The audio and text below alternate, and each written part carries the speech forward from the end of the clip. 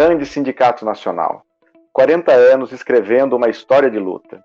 Uma história que inicia ainda na década de 80, quando os porões da ditadura massacravam nossa liberdade de expressão. Lutamos pela redemocratização do país, contra o avanço das políticas neoliberais, contra todos os ataques que pretendiam e pretendem acabar com a nossa carreira docente, com a universidade, institutos e Cefet, e com a possibilidade de emancipação da classe trabalhadora. No tempo presente, tempos não menos difíceis, seguimos em marcha, seguimos em luta. O Andes ganha vida e materialidade com a história de todas e todos que construíram e constroem esse sindicato. Professores e professoras, funcionários e funcionárias, há 125 seções sindicais em todo o canto do país. Temos 40 anos e uma vida toda de luta pela frente. Este programa é o Memória Viva e aqui recebemos convidados e convidadas que nos ajudarão, por meio dos relatos e memórias, remontar parte da história deste grande instrumento de luta da classe trabalhadora, o ANDE Sindicato Nacional. Eu sou Luiz Augusto, professor da Universidade Federal de Goiás, segundo vice-presidente regional Planalto, ANDE Sindicato Nacional, e aqui no canal do YouTube, também no podcast, recebemos hoje Luiz Henrique Chu, professor da Universidade Federal de Pelotas, que possui uma longa trajetória na política sindical. No ANDE Sindicato Nacional, passou por diversas gestões, entre elas no biênio 94 e 95, como presidente, e entre 2010 e 2012, como primeiro vice-presidente. Nesta gestão, participou ativamente da condução das lutas dos professores e professoras durante a greve nas instituições federais de 2012, considerada a mais longa da história. Chu também foi vice-reitor da UFPEL de 88 a 92 e coordenador do processo nacional de debate sobre a carreira do professor federal após 2010. Olá, Chu, seja muito bem-vindo. Olá, meu caro Luiz, muito prazer e muita emoção em estar contribuindo com esse projeto importante que registra a nossa história, uma história coletiva, uma história de luta, uma história que passou décadas de inter-relação e influência política através da mobilização e da luta nos rumos da Universidade Brasileira. Vamos lá, Chu. Conta pra gente, né, como que você encontrou antes. Como que foi isso? Olha, tem inclusive alguma curiosidade nisso. Eu tive uma participação no movimento estudantil secundarista, no colégio do qual participei, mas num período muito fechado da ditadura. Depois ingressei na Universidade Federal como estudante de veterinária, participei também do DCE da veterinária, mas sem muito fôlego para debate político, 70, 71, 72, 73. Depois ingressei como um projeto de cientista na Universidade Federal de Pelotas, ingressei como docente. E fui logo me movimentar para fazer um curso de mestrado num dos principais polos do mundo naquele momento, que era a Austrália. Preparei o inglês, preparei o orientador, já estava vendo, inclusive, endereço em Melbourne, na Austrália, para fazer o meu mestrado, quando houve a crise do petróleo e o Delfim Neto foi chamado pelos militares para ministro do planejamento e cortou todas as bolsas para o exterior. Bom, isso coincidiu exatamente num período em que se debatia a organização dos docentes na UFPEL, a partir de alguns seminários organizados na Faculdade de Educação. Eu me inseri nesse processo e fui logo eleito como representante dos professores da veterinária no primeiro conselho de representantes da UFPEL. Bom, e daí para frente participei de duas diretorias seguintes aqui, do segundo CONAD, na Santa Úrsula, no Rio de Janeiro, depois no congresso seguinte do Andes, em Piracicaba, onde houve a sucessão do Pinguelli para Zezé, como presidente do Andes, e depois muitos eventos nacionais, muitas jornadas, muitas lutas, tanto localmente aqui como nacionalmente. Mais ou menos essa, em resumo, a história do meu ingresso no debate docente. Maravilha, Chu. E pensando no nosso sindicato, né? quais foram os primeiros passos do nosso sindicato, né? Muitas dificuldades? Como tudo que é novo, especialmente no período de ditadura. Foi possível, pelo menos, assim, duas grandes polêmicas, e, na verdade, duas polêmicas que permanecem até hoje, foram enfrentadas e enriqueceram a construção do Andes como ele é e com a política central que ele é. Eu recordo um eixo de polêmicas muito delicado, que era da concepção sindical.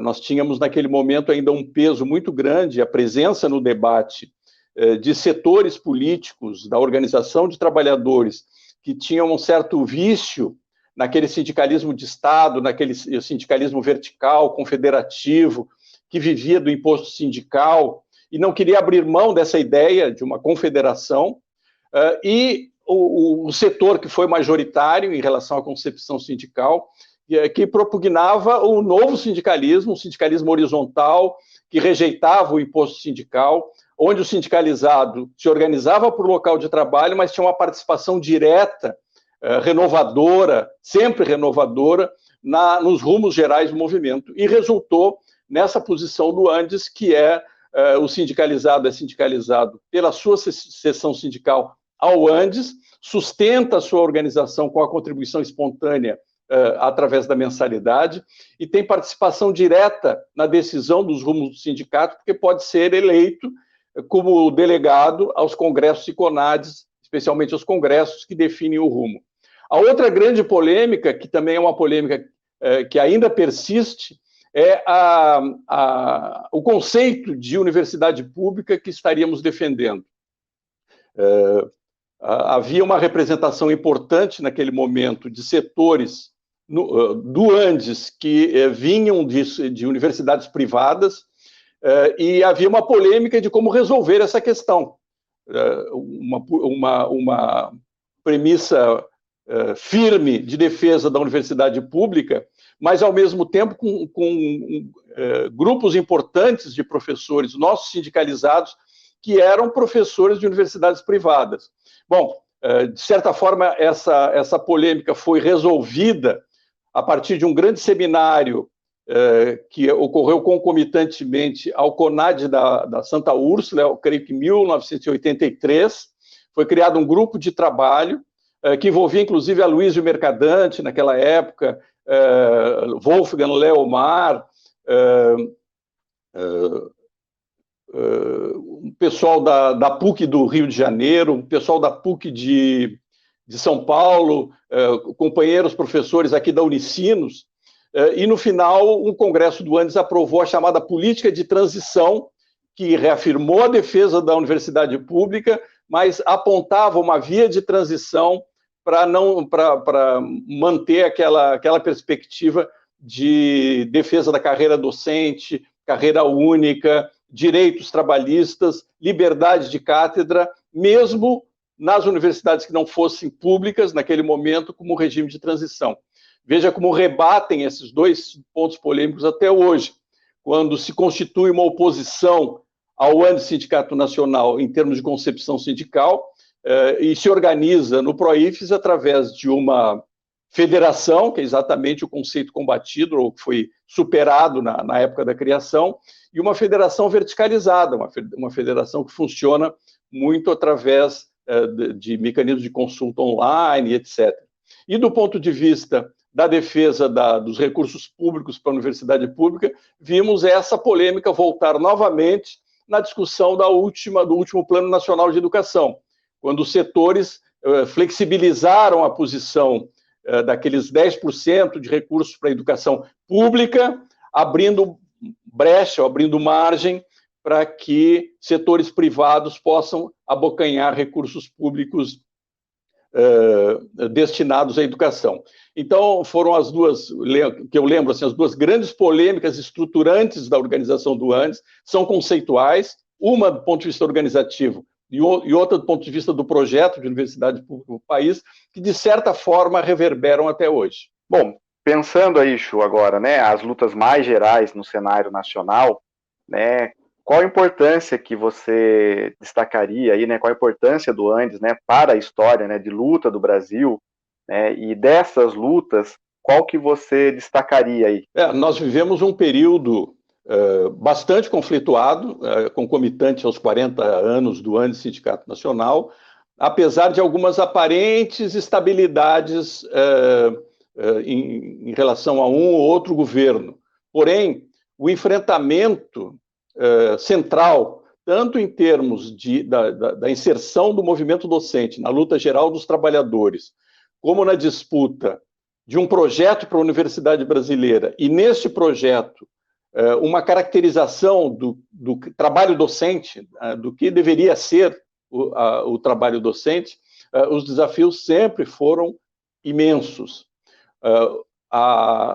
O primeiro destaque assim, que eu faria, além da construção de um projeto para a Universidade Brasileira, foi a luta concreta a respeito, que parte de uma concepção do trabalho docente na conquista da carreira docente das federais.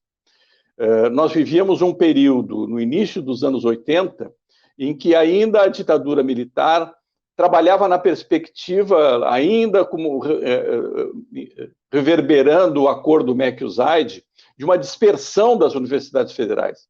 Um crescimento do ensino privado, do número de vagas do ensino superior oferecidas pelo ensino privado, e uma privatização por dentro das universidades federais. Um crescimento através de uma ideia de universidades fundacionais, muito mais sustentadas pelas chamadas forças vivas econômicas das regiões onde elas estavam inseridas, e uma privatização por dentro também das universidades autárquicas, quando praticamente todos os professores passavam a ser contratados como professores colaboradores. O movimento docente, ainda como associações de docentes, sobre identificar os riscos desta perspectiva e organizar a luta. Tivemos uma construção quase que impossível, mas foi bem sucedida, na unificação da carreira dos docentes das universidades federais fundacionais em 1985.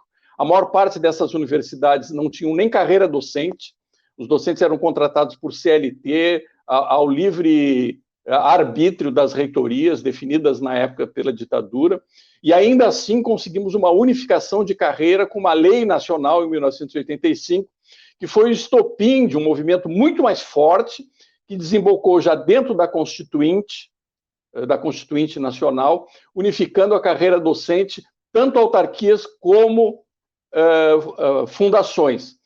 Isso foi tão importante do ponto de vista da política, que eu atribuo, por exemplo, até a existência da Andifes, resultante da possibilidade aberta a partir da unificação da carreira dos docentes das universidades federais. E mais ainda, todo o trabalho que fizemos na Constituinte, tanto na comissão que organizava os pré-textos a respeito do serviço público, como os textos a respeito da educação, como associados com o movimento da saúde, que era o movimento do SUS na Constituinte, conseguimos fazer uma inflexão ao contrário do que os militares tentavam a respeito do conceito do serviço público no Brasil, e todos os artigos que tratam disso, parece que o artigo 39 da Constituição, que organiza o capítulo do serviço público, unificaram, dizendo os órgãos da administração direta, autárquica e fundacional, e aí o conjunto de princípios, direitos e deveres. Trouxemos para dentro da Constituinte todo o acúmulo que tínhamos feito e a força política desse acúmulo nacional, que foi construído a partir da discussão da unificação da carreira. Então, esse ponto foi muito importante, assim como também nos anos seguintes à Constituição, nos anos 90, a construção do movimento poderoso no Brasil inteiro, que foi o Fórum Nacional de Defesa da Escola Pública, que desenvolveu um projeto dos professores, do movimento social para a educação brasileira, no debate da LDB e no debate dos planos nacionais de educação, que continua até hoje. Chu, você esteve à frente da comunicação do Andes em vários momentos. Conta para nós um pouco dessa experiência. Importante a participação do Andes nessa área também. E partindo a reflexão da experiência constituinte, veja que a subcomissão na Constituinte que tratou da educação, tratou também das comunicações. E o assunto foi tão tensionado que foi a única comissão constituinte que não conseguiu produzir o seu relatório. Houve um bloco especialmente de parlamentares e deputados evangélicos, que se juntaram com representantes da Rede Globo e representantes do ensino privado na comissão. O tensionamento foi imenso e a comissão não conseguiu, no prazo, produzir o seu relatório. Bueno, essa experiência foi também para os anos 90, e aí foi muito importante no período de 94, 96, que foi o período que eu estive na presidência do Andes, um incentivo muito grande à organização do GTECA, do GT de Política de Comunicação e Artes do Andes Sindicato Nacional. Produzimos naquele momento o primeiro Encontro Nacional de Comunicação do Andes, realizado em Salvador, e daí a inserção no movimento que se constituía de democratização das comunicações. Foi um trabalho muito importante, resultou na criação de um Fórum Nacional pela Democratização das Comunicações, que teve uma atuação muito importante. Esse movimento retoma nos anos 2000, no final dos anos, em meados dos anos 2000, com uma retomada das relações políticas em torno da democratização das comunicações, mas para o Andes Sindicato Nacional, o grupo de trabalho de comunicação e artes optou, em 2010, por reestruturar a comunicação do Andes. Então, passamos praticamente 6 meses em debates no GT nacional, nos GTs locais, retornando com a temática. Esse GT tem uma peculiaridade que ele, além dos docentes que participam do GT, ele acolhe os profissionais da comunicação ou professores especializados em comunicação nos seus métiers de trabalho. E essa opção de, nesse estágio, definir estruturadamente uma política de comunicação para o sindicato resultou exatamente no 30º Congresso, quando completávamos 30 anos do Andes Sindicato Nacional, na aprovação do Plano Nacional de Comunicação do Andes. Foi aprovado por unanimidade no Congresso, um texto-documento, com uma única ressalva, lembrei agora. A ressalva foi como trabalhar democraticamente sem nos expormos aos ataques fascistas, a interatividade nos meios de comunicação digitais do Andes. Isso foi resolvido com uma resolução do CONAD seguinte, que aconteceu ainda naquele ano. O passo seguinte desse período, vamos dizer assim, muito rico do GTECA, resultou no Congresso do Rio de Janeiro, de uma plataforma para voltarmos ao debate no Fórum Nacional pela Democratização das Comunicações, junto com outras entidades, e o Andes, então, lá aprovou 9 eixos, que seriam a nossa plataforma de interação, de retorno ao debate mais geral de comunicação, que era muito vivo, é ainda muito vivo na sociedade brasileira. Qual o papel você acha que o Andes, né, teve e tem na sua vida enquanto docente e militante? Fundamental, né? Organizador, inclusive, de personalidade, de compromisso público. Eu mencionei aqui logo no início que eu entrei como professor da Universidade Federal de Pelotas como um projeto de cientista.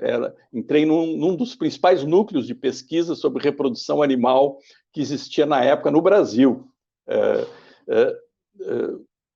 Evidentemente com um espírito associativo, um espírito coletivo que já vinha de antes, mas a minha formação como cidadão político, como cidadão crítico, se deve em especial à experiência de luta vivida junto com demais companheiras e companheiros durante esses 40 anos do Andes Sindicato Nacional. Não há dúvida sobre isso. Inclusive como em termos de relação, de realização humana, realização como um ser social, como um ser de luta, como um ser que assume um compromisso humanista profundo, numa perspectiva de construção de relações sociais equilibradas, não desiguais, não autoritárias, não opressivas, que hoje é pauta decisiva na construção de uma frente contra a barbárie, de uma frente contra a destruição da possibilidade de vida humana no nosso país e, de certa forma, no nosso planeta, quando o que se vê é um crescimento da desigualdade, um descrédito, uma tentativa de descrédito que aparece pelos meios de comunicação e pelas expressões fascistas, fascistoides de muitas lideranças no Brasil e no mundo, de desqualificar as pretensões de igualdade, de fraternidade. Parece mentira, mas frases ou princípios da Revolução Burguesa de 200 anos atrás são o mínimo que tem que aparecer no nosso discurso, mas que precisa avançar, e precisa avançar dizendo que as relações sociais hoje, no Brasil e no mundo, exigem a superação do capitalismo, exigem a superação da dominação do homem e da natureza pelo interesse do lucro, como tem sido pautado no universo presente.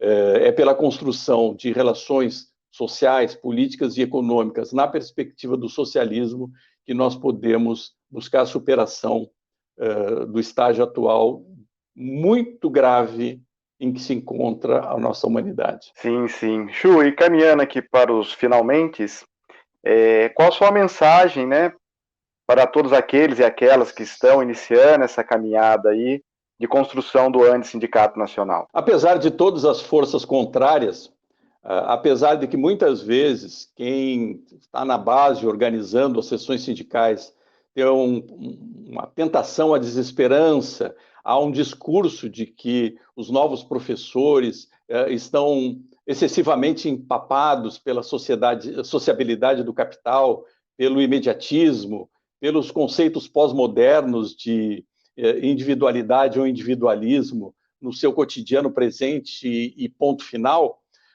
A nossa experiência de trabalho coletivo no Andes, ela é animadora.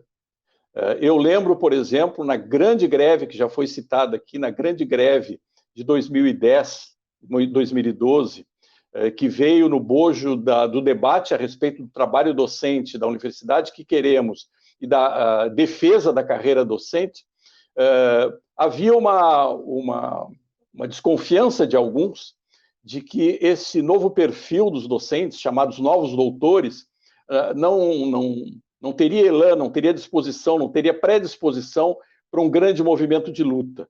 E o que se viu na prática foi exatamente o contrário. A juventude docente, a nossa base mais jovem, que esteve muito presente no comando de greve dessa belíssima greve, a maior greve da história do Andes, há relativamente poucos anos atrás, então, compreendeu o que estava em disputa, passou a nos dizer aos mais velhos que era um movimento conceitual, muito mais que um movimento simplesmente reivindicatório por salário, e se dispôs, tanto em Brasília como em todos os pontos do país, a radicalizar.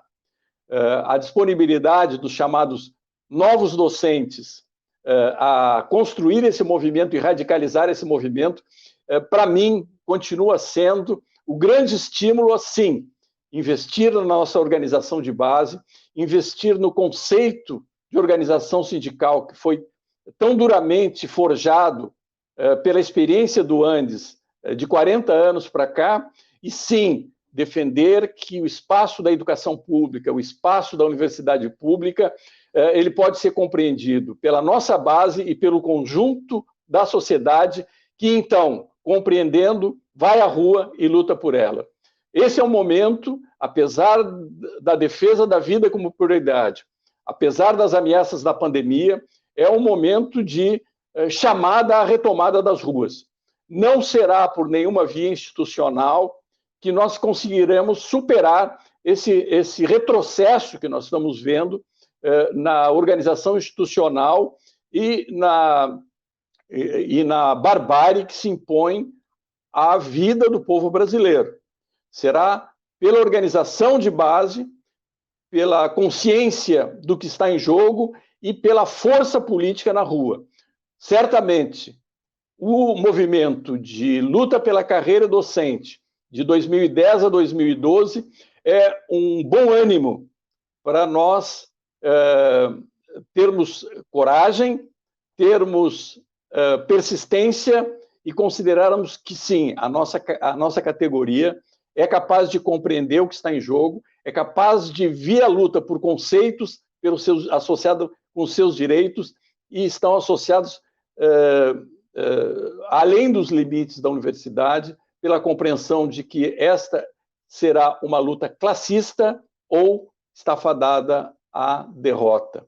Então, é uma mensagem de 40 anos de experiência do Andes, otimista, positiva, inclusive sobre a capacidade de luta da nossa própria categoria, associado com o movimento de luta mais geral dos trabalhadores. Gostaria, então, de, em nome da direção e todos aqueles que militam e fazem parte do Antissindicato Nacional, agradecer demais ao professor Chu pela partilha de tão importante e rica história junto ao Sindicato Nacional. Certo que nas trincheiras de lutas nos encontraremos novamente. Muito agradecido. Muito feliz de ter participado do programa, agradeço o convite e continuamos à disposição para muitos anos de luta junto com os companheiros e companheiras do Antissindicato Nacional. O programa Memória Viva é feito por relatos de quem construiu e constrói a história do nosso sindicato. Por aquelas e aqueles que escreveram e escrevem todos os dias no chão das nossas universidades e seções sindicais, uma história de luta em defesa da universidade pública, gratuita, laica e socialmente referenciada. Nos encontramos por aqui nas sextas-feiras, quinzenalmente, 19 horas no YouTube e também no podcast do Antissindicato Nacional. Um grande abraço.